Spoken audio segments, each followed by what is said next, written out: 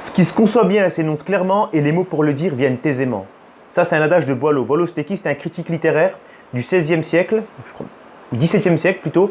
Donc, c'était un critique littéraire, poète et écrivain français. Et donc, si je dis ça, c'est pas pour rien, c'est parce que justement, on m'a dit, mais comment tu fais pour parler sur des sujets aussi longs, aussi longtemps, avec autant de techniques, sans trop bugger? Je bug très souvent, et puis je fais aussi des fois quelques petits montages pour enlever les petits E, etc. Mais c'est vrai que très souvent, je balance tout de façon brute.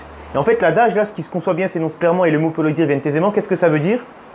Parce que tu dois sûrement te dire, là, il a pété un câble avec ses vidéos au point qu'il dit de la merde, mais ce n'est pas du tout le cas. Ça veut dire en réalité que je parle uniquement sur des sujets que je conçois. Concevoir, c'est pas uniquement connaître le sujet, c'est-à-dire être en accord avec les principes, être en accord avec les valeurs, être en accord avec le sujet en question en réalité. C'est-à-dire vraiment être habité par le sujet. Et donc c'est pour ça que quand on est, donc pour essayer d'interpréter l'adage, donc ce qui se conçoit bien s'énonce clairement. Donc quand on conçoit, on dit les choses très clairement. Et je pense que tu as dû le constater quand tu parles avec des amis à toi sur des sujets quelconques. Ça peut être le foot, le sport, les brochettes que tu as faites en été à un barbecue.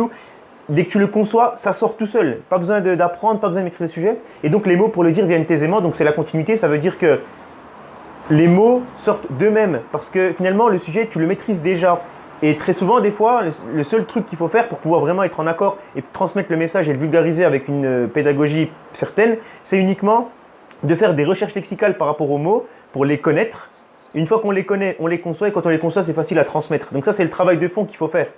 Après, on m'a posé la question, c'est pour ça que j'ai fait cette petite vidéo.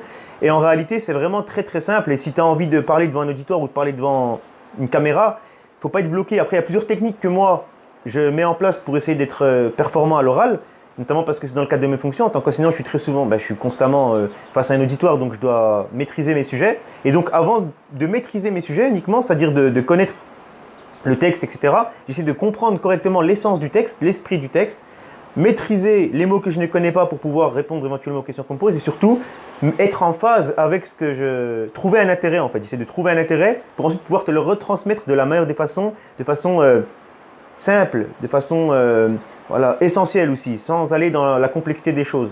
Donc ça, après ça dépend, il y a deux façons de procéder. Des fois, soit je vais être inspiré d'un sujet, donc je sais pas, j'ai envie de parler d'un sujet que j'ai moi-même reçu par l'intermédiaire soit d'un livre, soit d'une émission de télé, soit d'une vidéo YouTube. Et donc je me dis, il faut absolument que je retransmette ce que j'ai reçu parce que ça peut être utile, comme moi ça m'a été utile au moment où je l'ai reçu.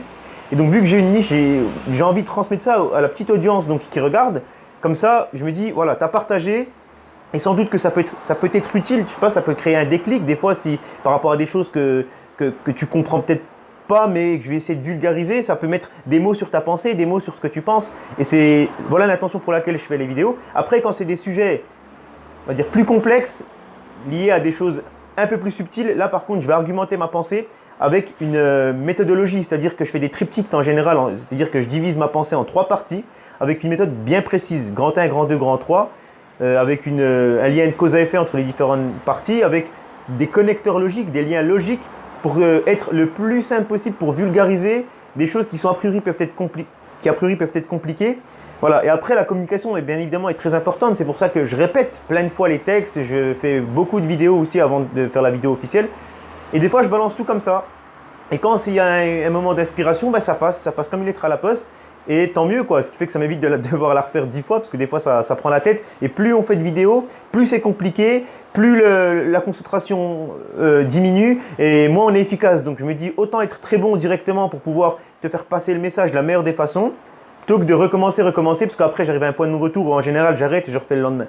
Mais en général vraiment voilà, la meilleure façon de procéder c'est vraiment de parler sur des sujets que tu aimes, sur des sujets que tu estimes être important pour les autres parce qu'encore une fois, j'essaie de faire abstraction de moi-même et je ne fais pas une vidéo dans le but de montrer que je sais communiquer ou dans le but de parler d'un sujet quelconque. C'est uniquement dans le but de retransmettre des choses que moi j'ai reçues et qui me sont très utiles. Et je me dis, tant qu'à faire, vu que j'ai reçu ça d'une autre personne et que j'ai conscience que ça se trouve, toi, tu ne connais pas cette personne et que tu ne pourras pas y accéder, je dis j'essaie de le retransmettre. Après, quand j'ai des idées personnelles qui sont en phase avec des évolutions qui pourraient être apportées, là, je les transmets aussi parce que j'ai conscience que ça peut être utile. Mais c'est vraiment c'est but d'être utile.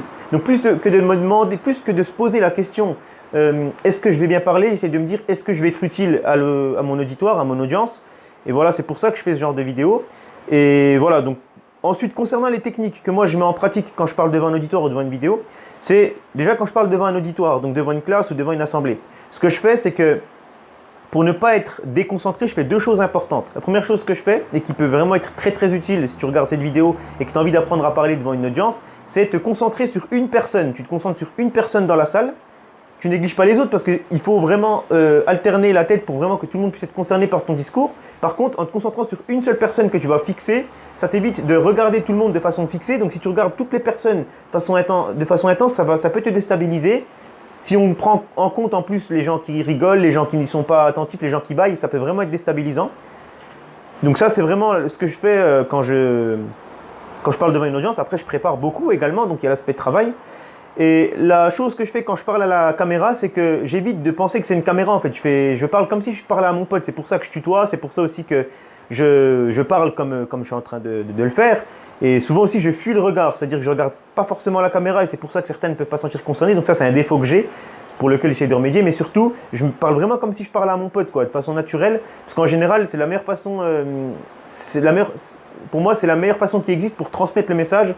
C'est de le rendre authentique et de le concevoir, comme je l'ai dit, et donc de parler comme si tu parlais à une personne. Donc voilà, ça j'ai fait cette petite vidéo par rapport à des personnes qui m'ont demandé, donc ils m'ont dit comment tu fais pour parler aussi bien à travers une caméra. Encore une fois, je ne parle pas très bien, donc là je suis un débutant, et surtout je travaille beaucoup mes textes avant. Quand c'est des sujets importants, je prends vraiment beaucoup de temps, et je mets les techniques en place que je viens de te dire là, c'est-à-dire quand je parle devant un auditoire, je fixe une personne, et quand je parle devant une caméra, je fais comme si je parlais à un pote, et puis après ça passe ou ça casse. Donc voilà, je voulais te faire part de tout ça et à bientôt donc sur Boosta Life.